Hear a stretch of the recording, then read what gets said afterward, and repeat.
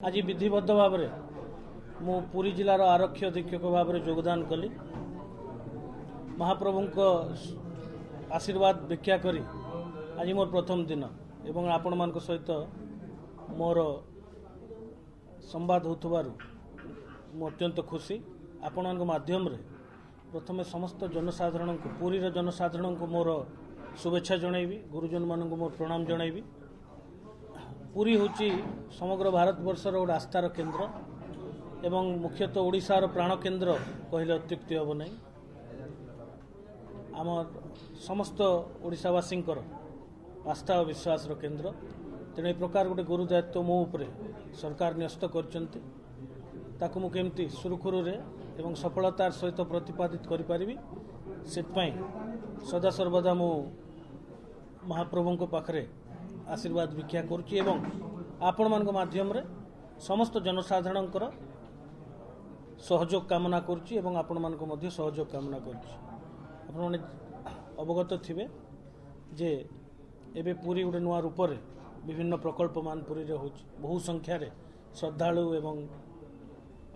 भक्त समागम होची तेणु आपातत स्वाभाविक भाव रे प्रथम प्रायोरिटी रहिबो मंदिर सुरक्षा निरापत्ता भक्त एवं श्रद्धालुंकर सुरक्षा एवं निरापत्ता केमती से माने सुरखुरु रे दर्शन करि पारिबे कम से कम केमती इनकन्वीनियंस हबो ता उपरे आमे जो सब भल कार्य आगु मध्य होइछि एवं पुलिस फोर्स अहरह चेष्टा करुछि केमती गोटे सुखद अनुभव नहीं कि समस्ते जीवे महाप्रभु को दर्शन करेंगे सेटा हूँ आम प्रथम प्रायोरिटी ताकू एनश्योर करने को हेले आमको गोटे सुरक्षार वातावरण सृष्टि करने पड़ो जोटा पुलिस मुख्य कार्य हूँ आईन श्रृंखला को व्यवस्थित भाव रखा अपराध को कंट्रोल रखा जदि किसी अपराध घटुची ताकू त्वरित कार्यानुष्ठान ग्रहण करवा एवं लोकंकर ग्रीभांस लोकंकर जो सब ग्रीभांस अच्छी ताकू त्वरित ग्रहण करवा और संवेदनशीलतार सहित शुणा आमे सरकार आभिमुख्य अच्छी पुलिस डिपार्टमेंट आहरी संवेदनशील हबार अच्छी 5टी उपक्रम अनुजाई लोकंकर निकटतर हवा पड़ो तेणु मोर चेष्टा रहिबो जे गोटे कम्युनिटी एप्रोच कम्युनिटी एप्रोच रे समस्त को नहीं शांति श्रृंखला केमती बजाय रही पार पुरी रे ता उपरे आमे कार्य करवा आगो को इमिडिएट आपण जो कहले इमिडिएटली आमे फेस करबा जाउछे निर्वाचन ता पई हमर प्रस्तुति आगु मध्य आरंभ होईची एबे ए मास ठारू आउरी चल चंचल हबो ता पई ताकू फेस करबा पई आमे प्रस्तुत अछु हमर arrangements police arrangement law and order arrangement बाकी एनफोर्समेंट एक्टिविटीज सेटा ऑलरेडी आरंभ हो जाइए ताको आउरी त्वरान्वित करा जिवो एवं केमती सुरखुरु निर्वाचन साधारण निर्वाचन भी हम ता उपरे हमर फोकस रहिबो। नेक्स्ट होची रथयात्रा मोर सौभाग्य जे मते ए प्रकार गोटे सुजोग मिली रथयात्रा को परिचालना करने पाई तीन रथयात्रा परिचालना रे हमर बहुत एक्सपीरियंस्ड ऑफिसर समस्तंकर मतामत नहीं एवं आप मुख्यतः जेते सब स्टेक होल्डर्स अच्छा मीडिया जनसाधारण सेवायत बंधु प्रशासन समस्त कोऑपरेशन रे ही समस्त कार्य पूरी पुलिस ग्रहण करिवो। साइबर क्राइम गोटे बड़ समस्या जेटा गोटे बड़ चैलेंज जेमती देखो साइबर क्राइम केवल एठी नुहे समग्र विश्व रे गोटे मुख्य चैलेंज होई कि उभा होईची आमे देखुचे जे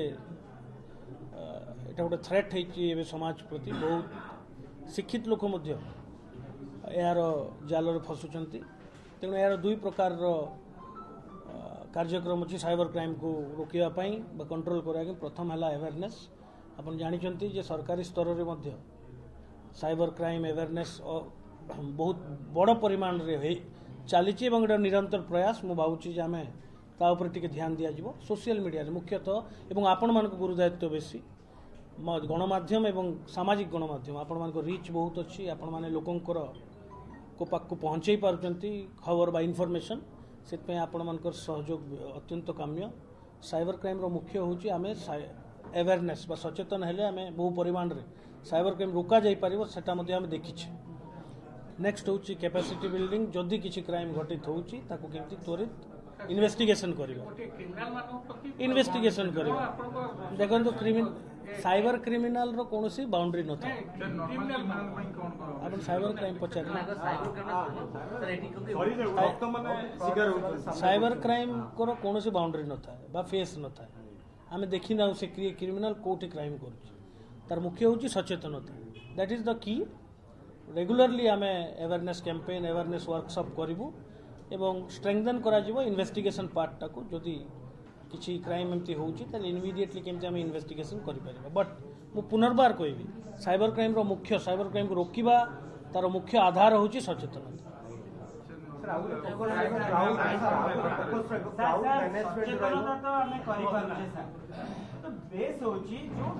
एवं गोटे मोटे मूल चेर तो को जगह गोटे अच्छी काई आज पर्यंत पुलिस से जगह रीच करि पारने